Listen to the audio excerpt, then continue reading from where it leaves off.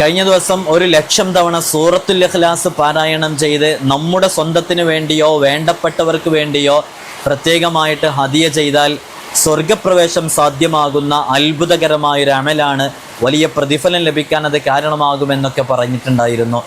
അൽ അതാഖത്തുൽ കുബ്ര, അൽ അതാഖത്തു സ്വമദിയ എന്നീ പേരുകൾ ഇതിനുണ്ട് എന്നും വിശദീകരിച്ചു.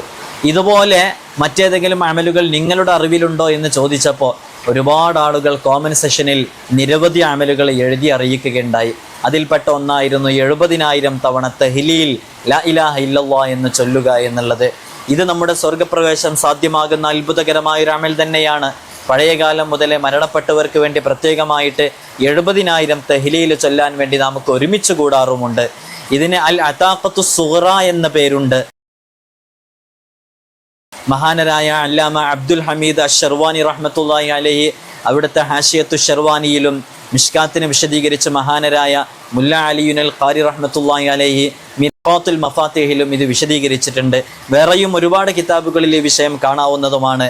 നമുക്ക് വേണ്ടിയോ നമ്മിൽ നിന്ന് വിട പറഞ്ഞവർക്ക് വേണ്ടിയോ സ്വന്തമായോ കൂട്ടമായോ ഒക്കെ ചൊല്ലിയാൽ സ്വർഗപ്രവേശം സാധ്യമാകുന്ന, നരകമോചനം ലഭ്യമാകുന്ന, നരകത്തിൽ നിന്നും നമ്മുടെ ശരീരത്തിന് വിലക്ക് വാങ്ങാൻ സാധിക്കുന്ന ഒരമലാണിത്.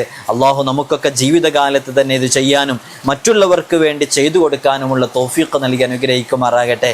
ഇനിയുമുണ്ട് ഇതുപോലെയുള്ള അമലുകൾ.